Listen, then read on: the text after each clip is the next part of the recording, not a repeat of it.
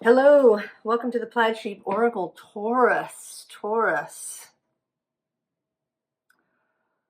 Oh, it's interesting.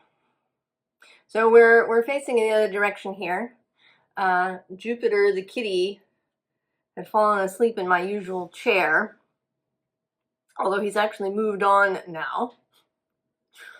But I didn't want to turn the other way. I could have rearranged, but there's something about the arrangement. I mean, as always, everything that kind of happens around a reading and the way it's arranged and all of these things and sounds from outside and what's facing up on the unused decks, or perhaps on the chorus. I never really thought of it that way until just this moment, but that these other decks are like the chorus in a Greek play, this idea of kind of witnesses and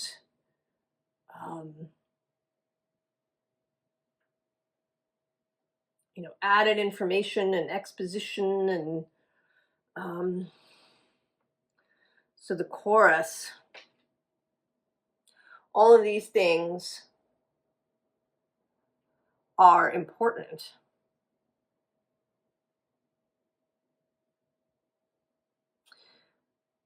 So we started with this Oracle of the Hidden Worlds, and the card that came out for you is this Light Priestess. It says Galactic Wisdom, Cosmic Ritual. But there's this sequence that exists. When I initially started to lay out the cards, the card, the unseen underlying, wanted to sort of go on top. And it's the Relics of Lemuria. Fragments, memory reclaiming. And then in between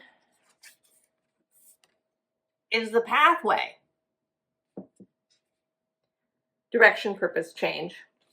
So we have this, right, kind of this sense of having been somewhere else, having journeyed somewhere and forgetting who we are. And again, in the way that these things are, this morning I was just reminded of the Dan Brown book and movie Inferno. And it has Robert Langdon in a chase to prevent a deadly virus from being released. But at the beginning of the movie, he wakes up in a hospital and he has amnesia.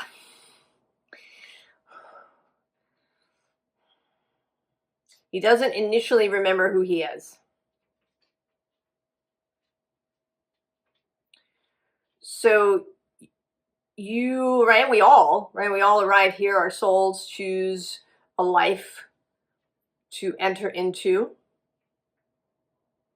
and we forget. And it has to be that way, as annoying as it is, because otherwise we would know everything. We'd know the end of the story, or we'd know, we wouldn't have the experiences that we have.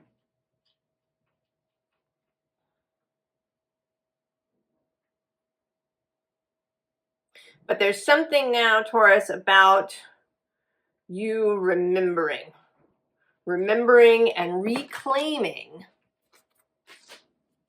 aspects of yourself that are this Light Priestess energy.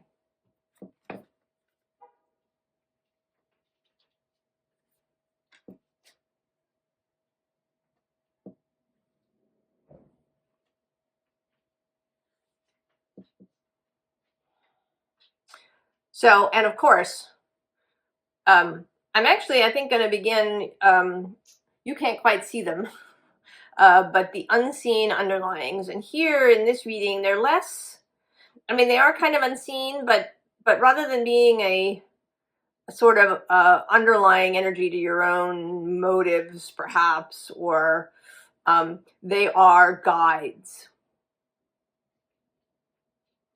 They are, perhaps they're part of your fellowship. Maybe they are the souls of people that you know or that you're going to meet. I mean, they feel a little more removed than that. They have a little bit of a removed character. So I think they're more likely to be sort of your fellowship completely in the energetic space.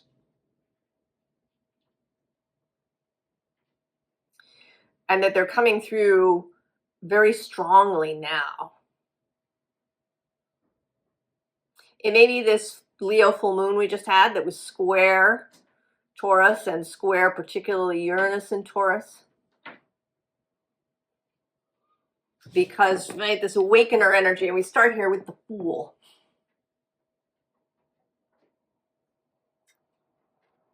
The awakener, blowing the trumpet. That you've been on this journey that you've been on. And there is this theme that's been happening through the readings of kind of coming home. Although perhaps that the home may or may not be where you came from. It may be. For some people, it seems to be a literal returning. And then to where they started from. And then with other people, it's a return home, but that's a different kind of place and space and energetic milieu than where they began. And it might be either or for you.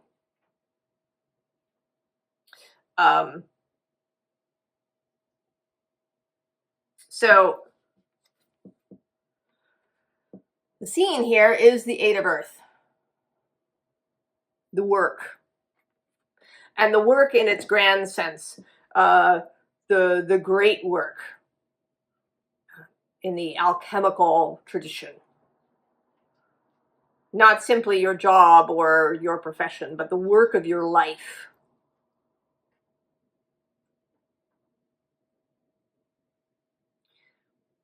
Is kind of, it's coming together now.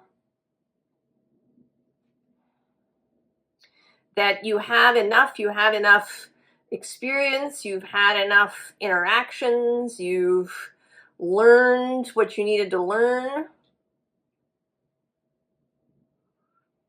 And then you have arrived here now in this space. And below this, we have this Two of Fire. And this, right, it seems like just waiting for the starter's pistol. That's another, right, that was an image that came through in the Leo readings for the full moon, is this notion of a starter's pistol. That, right, that something has begun.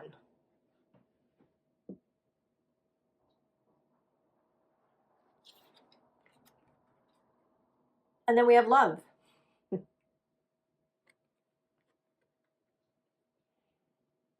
That this is some of this coming home. Both of these beings feel very at home with one another.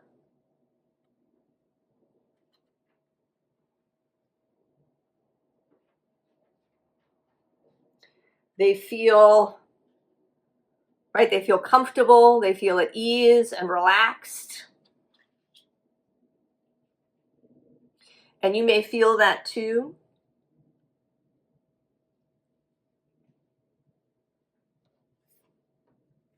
And this messenger of fire next, this is the Knight of Wands, who's normally a very active sort of character. A very fast moving energy. But you know, and sometimes she comes across as cautious, you know, sort of looking over her shoulder. But here today there's a very,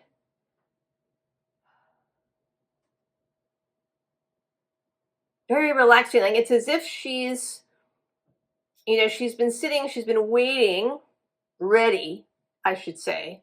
There isn't a sense of impatience in her. There's a readiness for that starter's pistol, for the beginning. And she's just heard it. But she doesn't have a need to, you know, get up and run. Even though there is this, right, this image of the starter's pistol, of the runner at the blocks who just, you know, shoots out. But it's more like, you know, maybe it's more like bells, you know, that you know, the church bells ringing, or right, somehow the signal has been given, but it isn't a rush. It isn't necessary to rush into it, because it is this coming home. You are home. Because then we have the Empress, Venus, your guide.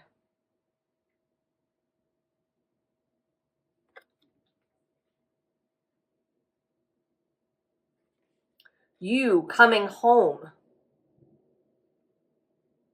Home to yourself, home to your desires, home to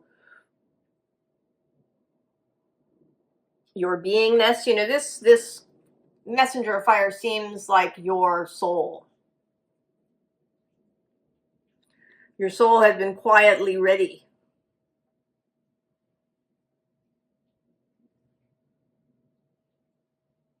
With you as the pair of you had all your experiences,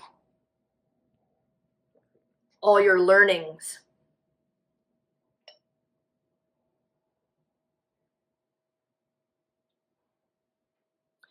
You know, it's a little bit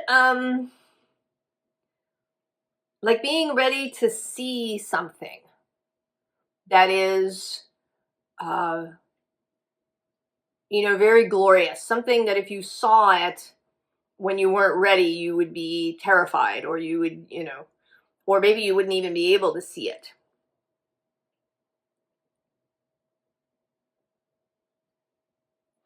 That you needed to have certain experiences before you were ready. And now you can have this experience of your full self.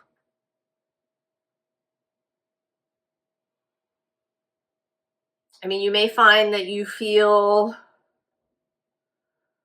energized, but not in a, you know, not in a frenetic way, not in a 5 cups of coffee kind of way.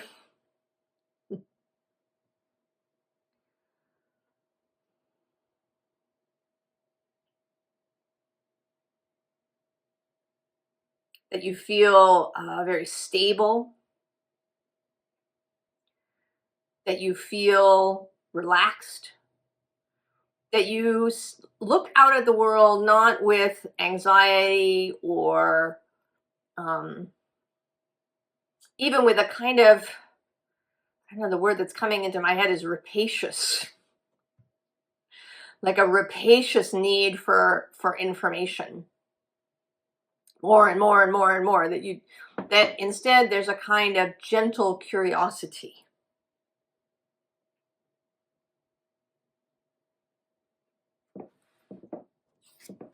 The next guide is the High Priestess.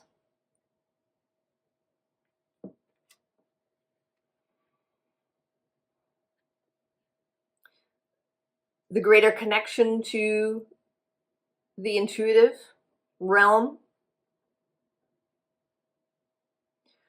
a greater comfort with uncertainty. The card here is, at the top of the deck, is the Two of Wands. this readiness. There's an expectation, but it is not, you know, this isn't kind of a foot tapping thing that's happening. There's a quiet expectation. And below that is this Knight of Cups.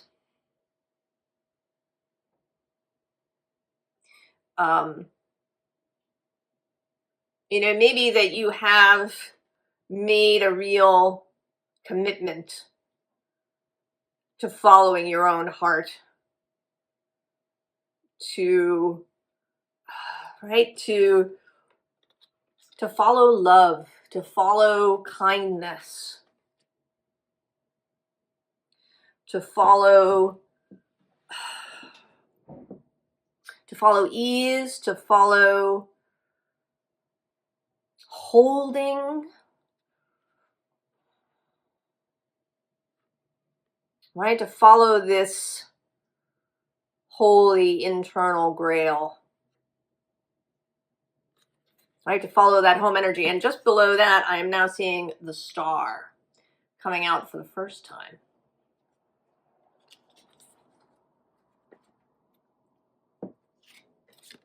Ace of Swords. Clarity. And the new way. I feel that way particularly with this Ace of Swords, right? There is a kind of light bulb moment, a directional finding moment. Like the sword is kind of a compass. I'm thinking now it's of the, right, there's the swords in Lord of the Rings that glow when there are orcs. This seems like a sword that glows when you are facing in your optimum direction. When you're thinking thoughts that are generative and expansive, right? The sword will glow. Also, that it's a light in dark places.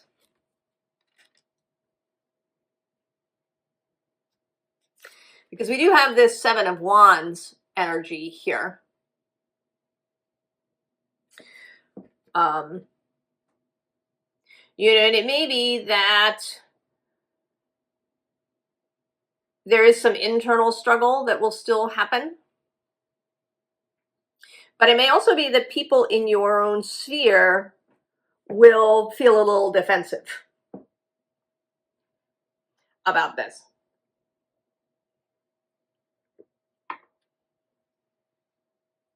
That, you know, you're not in control of the world and in everybody else's reactions. You are only in control of yourself.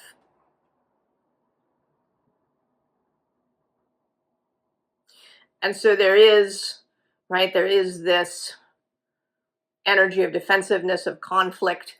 I mean, certainly in the current moment, if you're watching this when I record it in early 2025, there is lots of talk of, you know, polarity and people being divided and people being, you know, divided into their little camps, and lots of defensiveness and all of these things. So there is a lot of this kind of going around. But we have the Four of Swords, right? This is you holding your sword.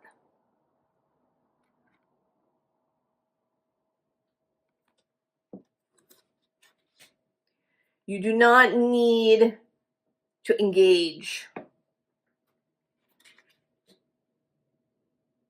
It is not your job to sort of, right, to convince people who aren't, you know, in this at all. It's your job just to hold your own purpose, to hold your own clarity. All right, because then we have the Ace of Wands.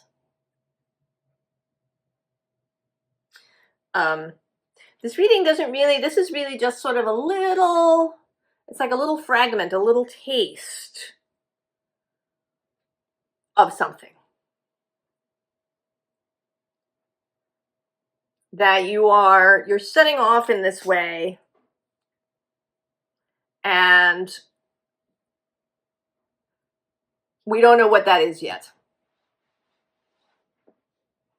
Right? In theory, as we go through the year and continue the Taurus readings, we may get more information about what this Ace of Wands is about.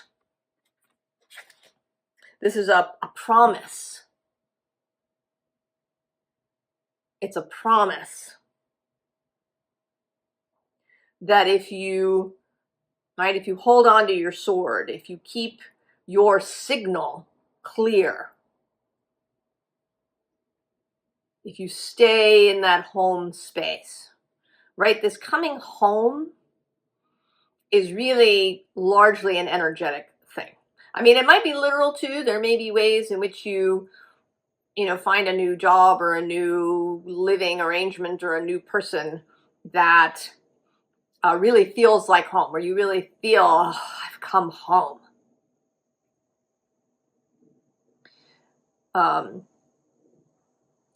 That will be the physical manifestation of this energy. But it's first, foremost, and primarily an energetic state, a state of mind, of beingness. Because then the third guide is the Hermit. And the bottom of the deck here is the Star. And often the Hermit is said to be carrying the star in his lantern.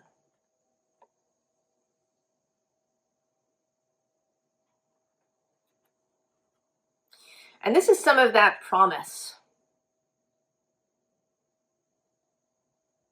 That you didn't come here just to labor, just to struggle, just to tick a bunch of boxes, just to have some set experience that your soul was interested in. That there's meant to be joy and expansion and a sense of all of these stars and having what you want. Now, the Knight of Wands is right below her repeating here, and this time in a more mobile way. So the signal was given, the bell has rung, and now the Knight is on the move.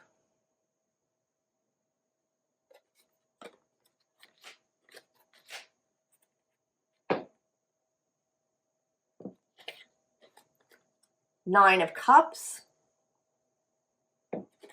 And also Six of Wands. Both of these feel very much like an internal comfort. A sense that you are really comfortable with yourself.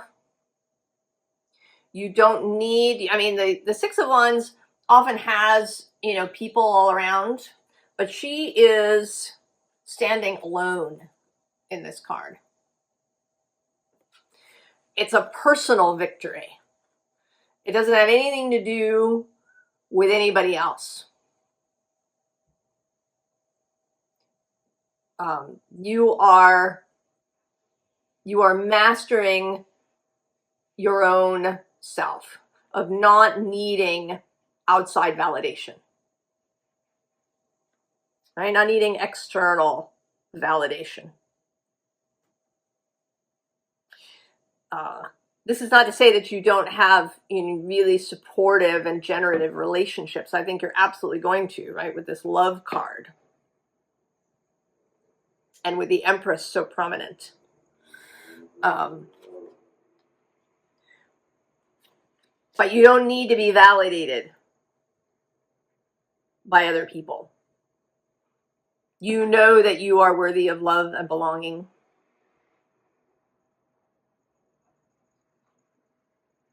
You know that you can, you know, if you need to be alone, you can do it.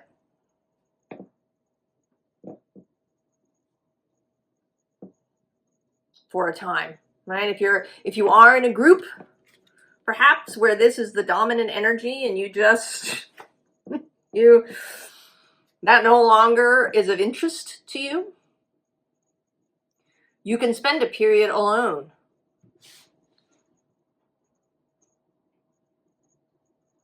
Right? You have the hermit as a guide. You're not going to stay that way, but you can when it is necessary. You have your own internal strength and your own internal victory, Taurus. Now then we have two more sort of difficult cards. We have the Eight of Swords and this Three of Swords.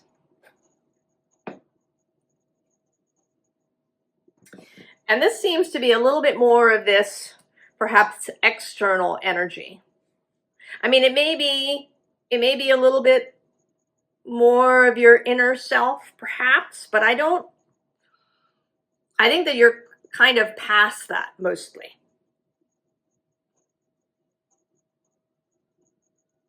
There may be little things that trigger you every now and then that are really, you know, kind of sticky things. But I think your recovery time is going to sort of get faster and faster. That in the past, where a trigger might have had you, you know, kind of wallowing for several days, you know, now it might be only for several hours. And then you come back out of it. But this seems more like other people. And I think it's part of this Eight of Earth, right? It's part of this work that you're going to come into contact with people who are still, right, who still have a lot of grief, have a lot of mental anxiety, have an unwillingness. You know, this Three of Swords always seems like, right, there's this crack. And this person is sitting here in this dark, dark cave. And if they can just enter the heart, right, if they just go through that crack in the heart, they'll find their way out. So the willingness, the willingness to engage with what they feel, but also the willingness to feel better. Sometimes we have a real resistance to just feeling better. You know, we get caught up in a loop. Or we think that, you know, because the world is really screwed up, that we shouldn't feel better. And so we can stay in these dark spaces. We can kind of keep ourselves in there unnecessarily. And I think that part of your work in life is to, you know, kind of to go into those, right, into those dark spaces with your light.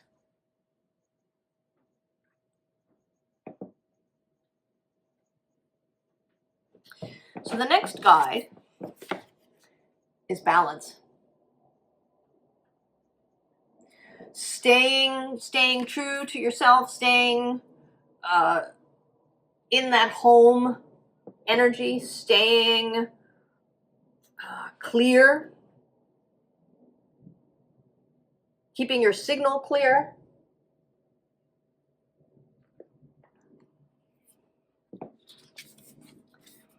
And with this bond card underneath, I think a lot of that is going to be about the people around you.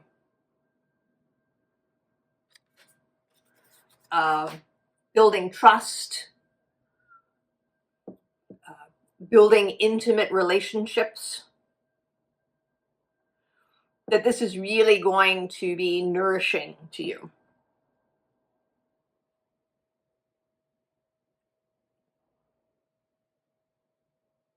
And that it can help you. These next three cards are sort of, right, they're difficulties that you might encounter. There's this dominance card.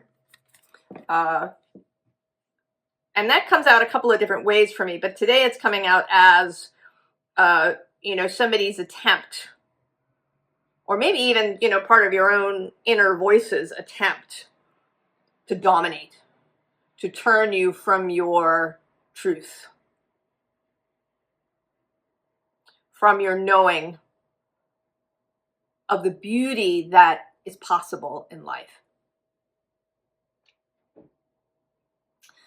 In the Leo time-stamped reading, there was this message for Cancer about having beautiful thoughts, cherry blossom thoughts. And that feels like that here, right? These beautiful thoughts of love and intimacy and joy. Below that is this exposed card, right? So we are, right, we go out in the world and we are exposed to, messages of dominance, that has to be this way, right? And dominance is not leadership. That's something else. Then we also have distraction. Yeah, all that stuff. The reams and hours of information that are entering our space. And then interestingly, this freedom card, which, can be a desire to be like sort of hyper independent. If I'm separated from everybody, then I'll be safe, right? I'll have my own little bubble around me and I will be safe. If I'm just right, if I'm completely independent, if I'm not reliant on anybody for anything ever, then I will be truly free. But of course, it's an illusion.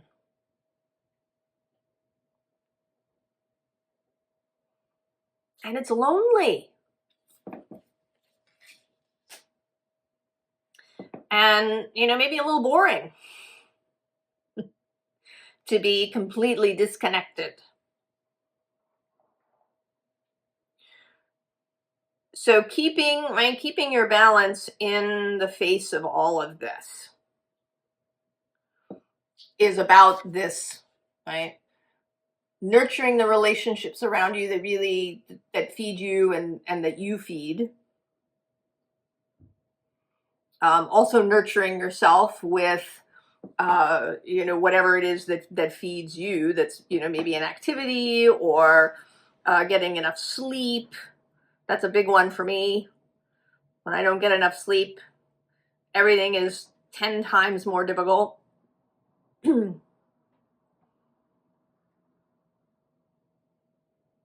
Whatever that is, what it is for you. I know someone else who, she has an absolute must that she goes out and gets into nature every week. For somebody else, it might be having time to, read a book or to listen to music. Whatever it is that feeds you in that way.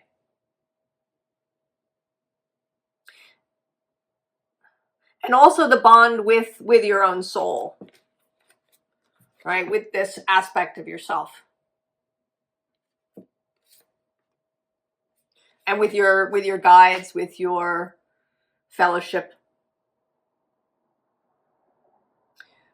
Formal advice. We start with the Moon.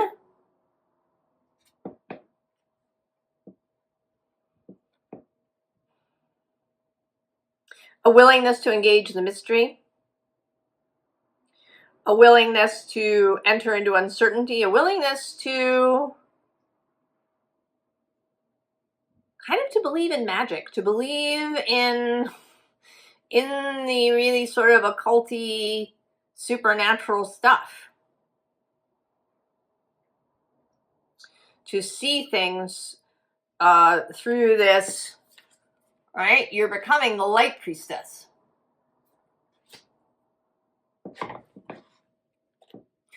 And below that we have the star appearing for the third time.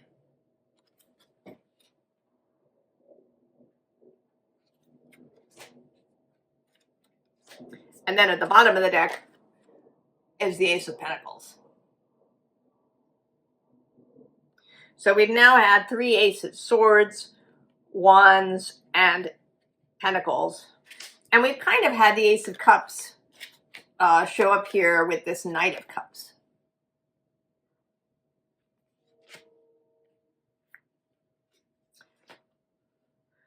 So the beginning, the seed. This dove here in this card has a key.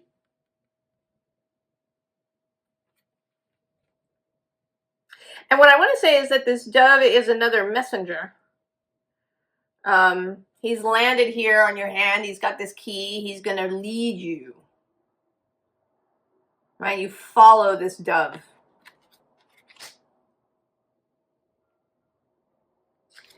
And we have these cards sort of coming out in pairs. We have this World and the 6 of Swords. And again, this world feels like a guide, and you are this person in the boat. So you are being observed, watched, over, guided. This guide isn't ever going to take over. Again, there is no dominance in that way. But when you are open to it, the guidance will come through clearly. And that may take practice.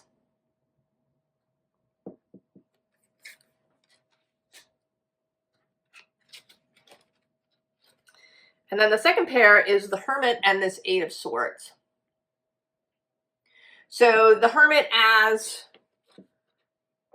this guide of your own, right? Your own light, your own star, that which guides you. So that if you do get into the weeds, if you get into a space where you're confused, where you're frightened, where you maybe don't know where to go, where you have a lot of doubt, the Hermit is there to call you back to yourself. Call you back into that home space, into this, right, this beautiful 8 of Earth energy.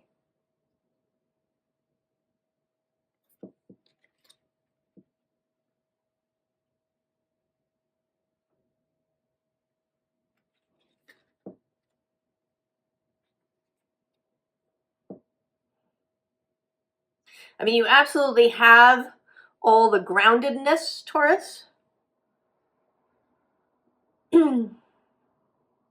This is asking for, right, for faith, for trust, for believing in your own heart, for believing in your own soul, believing that the world can be a beautiful place. And then commitment, holding that belief.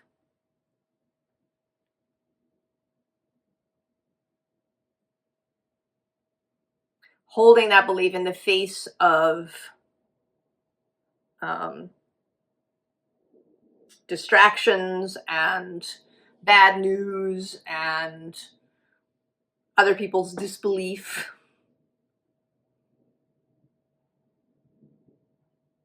But I think that it is all going to become much easier for you if you've been striving for this, maybe struggling for it. There is something about, right, about a release of struggle.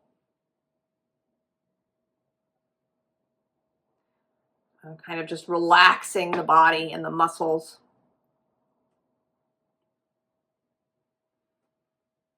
I think there is going to be something when Uranus leaves Taurus. You know, he's been mixing it up. He's kind of been tilling the earth, turning it over, creating changes, but it is an intense energy to have sitting in your sign. And he's going to leave for several months this year, and then he'll leave permanently in 2026. And I think that there will be a freeing when he leaves. There'll be a relaxing when he leaves. And you can kind of turn your attention, I want to say turning your attention to Pluto, who's squaring your sign. Right, so it seems to me that Uranus has been through here really, right, changing your whole perspective, teaching you about, you know, the possibilities of Earth, about the uses of energy and energetic work and changing the energy before attempting physical change, and how this can be really enlivening and you know, allow for much faster progress and easier progress. You don't have to push so hard. And then Pluto is going to come through squaring with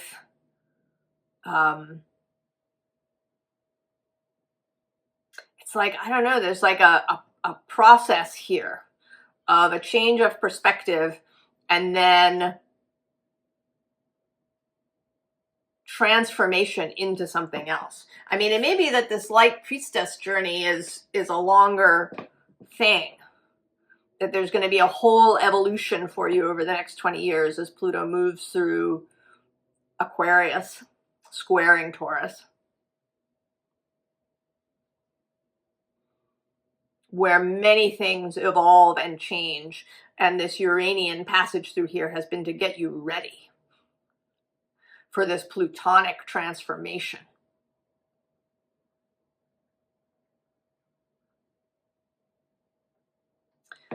But we'll see, Taurus. I know that's thinking a little too far into the future. We'll see how it goes as we go. But I think it's really beautiful. I think that you're going to feel so much better and lighter, right? So much more in this Empress state.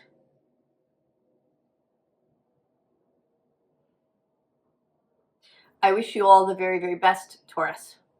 And I will see you next time. So long.